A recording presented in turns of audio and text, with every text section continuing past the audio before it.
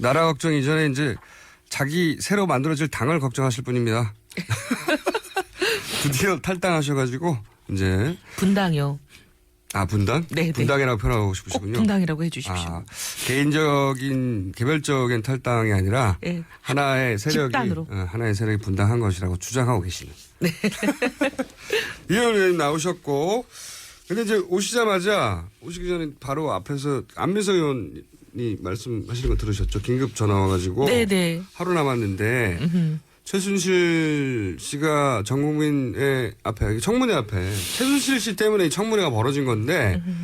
결국은 최순실 씨를 한 번도 부르지 못하고 청문회가 끝나게 생겼다. 이럴 경우에 누가 웃겠냐? 웃을 사람들이 있죠. 관련된 분들이죠. 네. 네. 특검을 두려워하고 계시는 분들. 네. 누가 웃겠냐 하시면서 그리고 이제 청문회 한계에 대해서 많이 지적했지 않습니까? 강제 구인권이 없어서 결국 안 되는 거라고. 그래서 이제 묘수를 낸 것이 어제 김성태 청문회 위원장하고 안민석 의원이 저희 방송에 나왔다가 그 아이디어를 들고 정세균 국회의장을 만나서 직권산정 하자. 요거 한 건으로 가지고. 그래서 청문회가 가진 한계를 이번 기회에 고치자. 근데 이제 국회의장은 직권상정을 되도록 안 하는 게 좋고 부담이 많잖아요. 그러다 보니까 이제 망설였던 부분이 있는 것 같아요. 의원님 보시기가 어떻습니까? 아니 이거는 청문회 이제 한계라고 계속 지적이 돼왔던 수십 거거든요. 년간 지적돼왔던 거죠. 예. 그리고 늘 고치자 하면서 그때마다 이제 청문회 끝나고 나면 또 잊어버리고 그렇죠. 맞습니다. 반복돼 왔던 거기 때문에 차제해야 된다는 거는 굉장히 국회의원들 사이에서도 공감대가 높고 국민들도 동의하시는 거예요. 네. 왜냐하면 청문회 지속적으로 중요 증인인데도 안 나오고 도무지 납득할 수 없는 이유로 안 나오는 사람들. 안 나와봐야 도피하는 사람들. 제지할 방법이 없는 거죠. 네, 그래서 이제 강제 구인을 그런 경우에는 이제 강제 구인을 하자. 네. 근데 강제 구인이 지금 법이 안 돼 있기 때문에 못 하는 거거든요. 그래서 네. 이 강제 구인법을 만들자는 얘기는 너무 오랫동안 돼왔던 거고 이번에 이제 최순실 국조를 하면서 거의 모든 사람이 예. 이완영 의원 정도를 빼고는 전부 다 만장일치로 지금 되고 있는 상황이기 때문에. 근데 법을 바꿔야 되거든요. 그러니까 이거를 내일 하루 정도 본회의가 있으니까 네. 의장의 직권상정하는 걸로 한번 설득을 해봐야죠. 그러니까 제 말은 뭐냐면 국회의장 개인에게 떠맡길 짐이 아니라 제가 보기에는 야당은 야당대로 그리고 이제 안민석 의원 혼자 힘으로 할 수 없는 그러니까 일이다 보니까 교섭단체 대표가 4명 아니에요. 지금 4당 체제니까. 보수개혁신당도 동참해달라는 제안인 것 같은데. 이게. 그러니까 이제 3당 정도는 이게 될 것 같아요. 네. 근데 새누리당 하나만 빼고 3당이 합의하면 저는 이거 국회의장도 이걸 무겁게 받아들이지 않겠어요? 그러기도 하거니와 국민들한테도 알려야 되는데 시간이 너무 짧다 보니까 긴급 새벽에 전화가 온 거거든요. 안민석 의원님. 의원님도 저는 이건 나서고 싶어요. 나서고 싶으세요? 네, 왜냐하면 저는 사실 이제 구치소가 둘이었잖아요. 서울교도소, 서울구치소, 남부구치소. 네. 저는 정호성, 안종범을 이제 신문하러 가는 팀에 속해 있었어요. 그래서 네네. 최순실 팀에 속해 있지를 않았는데 네. 다녀온 사람들이 너무 생생한 얘기를 많이 들었어요. 어떤 얘기? 앉아 있다가도 본인이 좀 기분 나쁜 얘기나 본인한테 불리할 것 같은 얘기가 나오면 계속 그 교도관인지 뭔지 하는 분을 불러서 나 여기서 그만하고 들어가겠다. 내가 여기 청문회 받으러 나온 게 아니다. 이거 청문회장이 아니고 난 증인도 아니다. 막 이러면서 계속 이제 일종의 갑질을 하는 거죠. 네. 갑질을 하다가 나중에는 구치소 안에서조차. 구치소 안에서조차. 청문위원 앞에서조차. 네, 처음에 이제 청문회원들이 갔는데도 몇 시간을 기다리게 하고 안 나온다고 버텼잖아요. 네. 근데 이제 그것도 보면 굉장히 여러 가지 의혹이 생기는 게 구치소장이 용인해 준 거죠. 이게 이제 그렇게. 법무부 장관한테 허락을 받는 것 같다는 거예요. 의원들이 전부 보기에는. 당연히 그렇겠죠. 처음에는 분명히 이제 위원장 한 사람이 핸드폰을 가지고 들어가는 걸로 다 합의하고 그다음에 최순실 씨도 나오기로 그렇게 다 합의를 해놓고는 갑자기 이제 막 직원들이 우왕좌왕하면서 어디론가 전화를 하고 그 지휘관이 담당자죠. 담당자가 밖에 나가서 전화를 한참 하고 오더니 안 된다. 뭐 이런 식으로 나오고 핸드폰 하나로 했던 거 전부 다 안 되고 핸드폰 절대 안 되고. 국회의원들조차 핸드폰을 다 뺐다. 거기는 그래도 핸드폰 갖고 갈 수 있는 정도로 됐지. 우리 남부구치소는요. 종이 한 장, 볼펜 하나를 못 들고 들어갔어요. 말이 됩니까? 몸수색 다 당하고. 말이 됩니까? 아니 아예 종이 한 장을 못 들고 가라는 거예요. 아니 핸드폰은 그렇다고 쳐요. 예를 들어서 이게 이제 시설물 사진 찍어서 밖으로 보낸다는 이유를 대서라도. 근데 아니, 종이 한 장을 못 들고 가는데 말이 됩니까 그게? 종이 한 장도 안 되고 차라리 종이를 뺏길래 그래서 저는 이 볼펜을 들고 가서 손바닥이라도 몇 개 중요한 증언을 써오려고 볼펜을 하나 들고 있는데 그것도 뺏겼어요. 진짜 이거는 그러니까 구치소 완전히 단위에서 결정할 수 있는 게 아니에요. 아니요. 절대. 그리고 중간에 최순실 씨 경우 그 있었던 구치소는 얘기를 들어보면 중간에 계속 그 전화를 어딘가 하더니 나중에는 이제 소위 말하는 교도관이라 그러나요? 그 왜 이렇게 일종의 시큐리티 가드 같은 사람들. 무장교도관. 이렇게 까만 옷 입고 네, 무장하신 분들. 그런 분들이 막 우르르 들어와가지고 거의 국회의원들을 일종의 신변의 위협을 느낄 정도로 압박을 한 거예요. 구치소 내에 폭력 사태가 발생했을 때 네. 죄수들 제압할 때 예. 출동하는 사람들이거든요. 일종의 폭력으로 제압하시는 그런 네.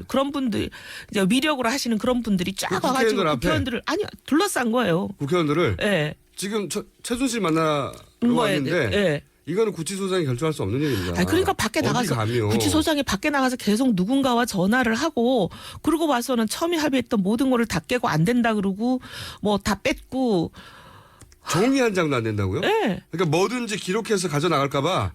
그분들의 증언을 기록해서 갖고 나갈까봐 야. 그런 것 같아요. 그랬는데 아니 이 얘기를 왜 그때 가셨던 분들이 왜 안 한 거죠? 부끄러웠나 보다. 안 물어봤겠지. 근데 이제 왜냐하면 그렇게까지 모욕을 당하고 어떻게 보면은 국회의원들이 그냥 김갑순 김갑돌이 아니잖아요. 그러니까요. 국민의 대표 아니에요. 네. 근데 국민의 대표가 이런 모욕과 능멸을 당해야 되냐 하는 자괴감이 들었지만 그래도 국회의원들은 어쨌든 최순실을 보고 증언을 듣기 위해서 그 모든 걸 감수하고 들어간 거예요. 모욕을 감수하고. 들어갔는데도 계속 앉아서 불성실한 답하고 엉뚱한 소리하고 무슨 백을 믿고 그러겠습니까? 누구겠어요. 우리나라에 백은 하나밖에 더 있나요? 근데 그러더니 야. 결국 나중에는 중간에 약속한 시간 동안은 얘기를 하기로 했는데 화장실 간다고 그러면서 이제 계속 화장실을 가겠다고 버텼대요. 네. 화장실은 못 가게 할 수 없는 거 아니에요. 네. 그분이 진짜 화장실을 갈 절박한 상황인지 그렇죠. 아닌지 이쪽에서 알 수도 없는 거고. 예. 그래서 화장실을 다녀오시라 했더니 안 들어오는 거예요. 화장실 갔다가. 안 들어왔대요. 그래서 왜 안 들어왔나 나중에 알아보니까 기다리다 아예 본인은 이쪽으로 일종의 청문을 하기로 한 장소에 오지 않고 화장실 핑계로 빠져나가는 걸로 빠져나가버려요. 애초에 얘기가 돼 있었나 보군요. 뭐 그런 일부터 아니, 너무 기가 막힌. 구치소장을 청문회장에 불러야 되겠네요. 다음 사무소장에. 그러니까 이게 지금 법무장관과 다 연결이 돼 있는 거 아니냐. 왜냐하면 이 구치소 안에서 일어나는 CCTV도 없는 곳에서 일어나는 일을 실시간으로 정확하게 알고 있더라는 거예요. 이거는요. 제가 보기에는 다음 청문회 이제 어쨌든 15일 남았지 않습니까? 예, 그래서 저희가 이거는 그리고 저기 15일이라는 것도 국회가 정한 룰이기 때문에 국회가 합의하면 바꿉니다. 얼마든지 연장이 가능해요. 아니 이거는 예. 직권 산정해야 되겠네요. 강제 구인해야 됩니다. 그리고 그 조혁대나 이런 사람들 하는 거 보세요.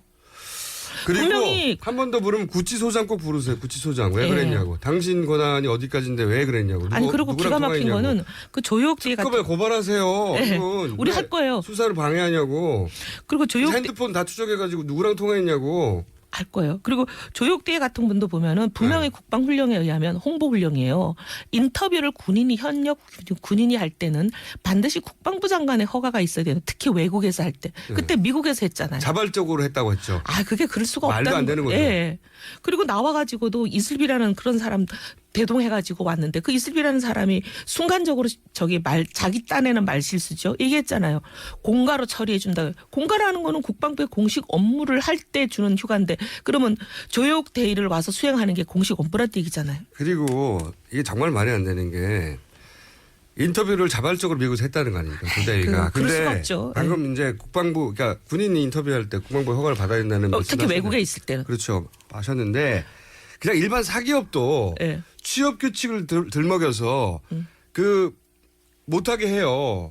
이번에 그 조부장, 조성일 부장도 취업 규칙 들면서 회사 재단에 불이익을 끼쳤다고 지금 잡으려고 하는 거잖아요.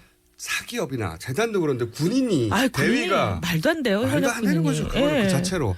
자, 안 돼. 그거 말고 네. 그 전에 네. 구치소장 좀 불러주시고요. 네. 그리고 이거 그렇게까지 심하게 당한지 몰랐네요. 말도 못했어요. 말도 못했어.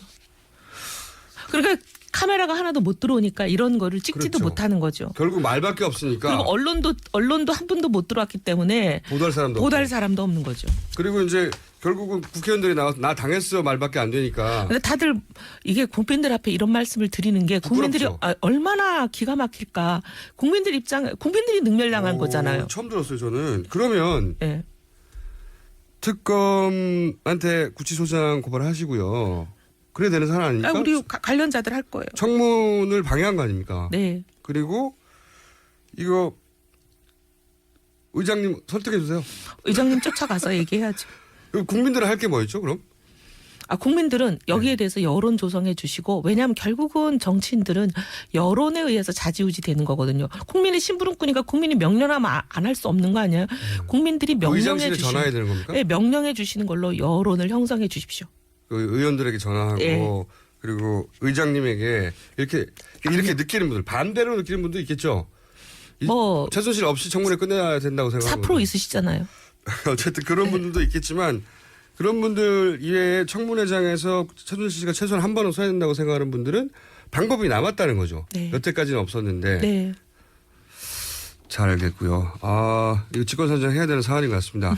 사실 수십 년간 안 됐거든요. 아까 말씀하신 대로. 네.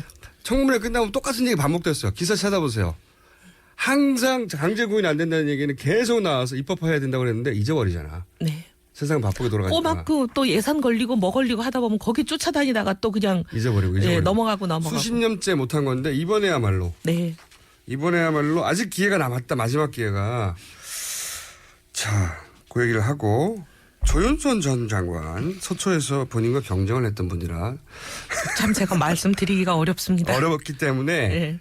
팩트만 말씀해 주세요. 네. 의견을 빼고 팩트만. 왜냐하면은 블랙리스트 의혹이 팍 터져버렸는데 유진용 장관 당시의 장관이에요.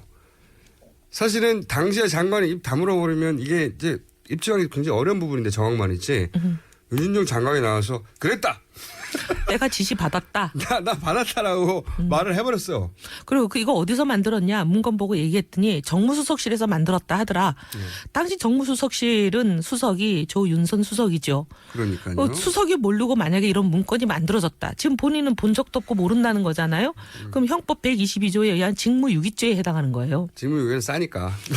그쪽으로 아니요. 가시려고. 직무유기도 그렇게 가볍지는 않아요. 형법이니까. 어쨌든 여러 가지 말을 했어요.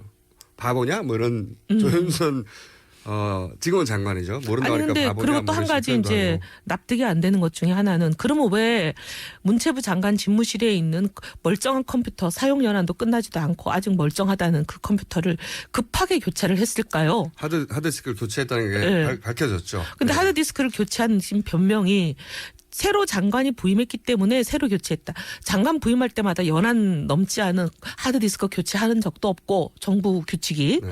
우리도 이제 일종의 국회라는 공공기관 안에 있잖아요. 그거 안 해줍니다. 안 해주고. 예. 그다음에 더 기가 막힌 거는 9월 5일에 부임했는데 왜 11월 초에 2달이나 지나서 하드디스크를 교체했을까? 그러면 딱 부임과는 상관없는 거죠. 한 가지 가능성이 있죠. 2달 동안 아무 일도 안 했다? 컴퓨터를 한 번도 쓰지 않은 거죠. 그럴 수는 없죠. 그런데 그러면서 오늘 나온 새로운 뉴스가 뭐냐면 네. 이런 겁니다. 이제 유진용 장관이 굉장히 큰 그 빈 구석을 메꿔줬어요.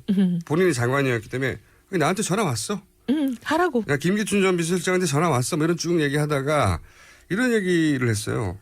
최순실 씨가 시킨 거 아니겠느냐는 말도 했고 특검발로 실제 블랙리스트가 최순실 씨로부터 시작됐다라는 보도도 나왔어요. 최순실 씨가 문화계에서 자기가 하는 사업에 걸림돌이 될 사람들을 제거하는 목적으로. 그런데 최순실 씨를 조윤선 장관은 청문회에 나와서 모른다고 절대 모른다고 수차 부인했단 말이죠. 여러 자리에서도 그랬고. 근데 저는 이제 여기서 궁금한 겁니다. 조윤선 장관이 최순실 씨를 이제 이렇게 연결해 보면 알 법한데 모른다고 하는 것에 대해서 혹시 아시는 바 없습니까? 아니요, 이제 그 국회에서 그런 발언이 나가고 나서 전화들을 좀 받았죠. 의원님이 저도 그렇지만 이제 저하고 말고도 또 우리 당내 그런 전화를 받은 의원들이 얘기를 많이 해요. 어떤 얘기를 합니까? 뭔 얘기를 하냐면 이제 재벌 사모님이라고 표현을 하더라고요. 네. 재벌 사모님인 분들이 저럴 수가 있나 어떻게 저럴 수가 있지 나한테 최순실 씨를 거의 이렇게 모시고 여왕님 모시듯이 모시고 와서 인사시킨 사람이 조윤선 장관인데 어떻게 저런 얘기를 하나 이런 전화를 받은 분들이 있어요.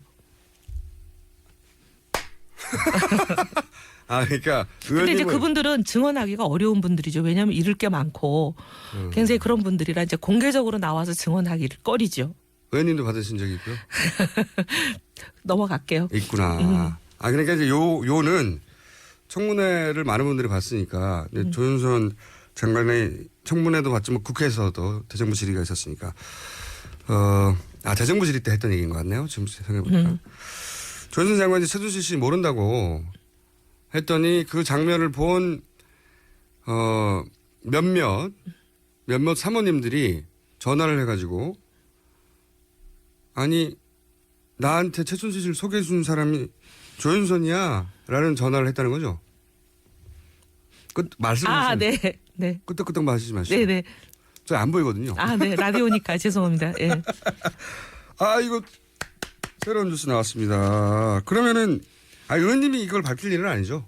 제가 하기는 그렇고요. 네. 또 그냥 저하고 특검이 부르면 가서 얘기해. 제가 경선했던 상대이니만큼. 네. 근데 이제 특검이 이건 조사를 해야 되고 특검이 조사를 하려는 의지가 강력한 것 같아요. 그런 것 같아요. 네. 그러니까 최순실 씨를 모른다고 여러 차례 얘기했지만 최순실 씨를 재벌 사모님들에게 손잡고 가서 소개해준 사람이 바로 조윤선 장관이다. 당신은 수석이었는지 모르겠는데 시점 모르겠지만 뭐 그 전화를 수석이든 장관이든 예. 복수의 의원들이 받았고 의원님도 그중 한 분이다. 야 뉴스 나왔습니다.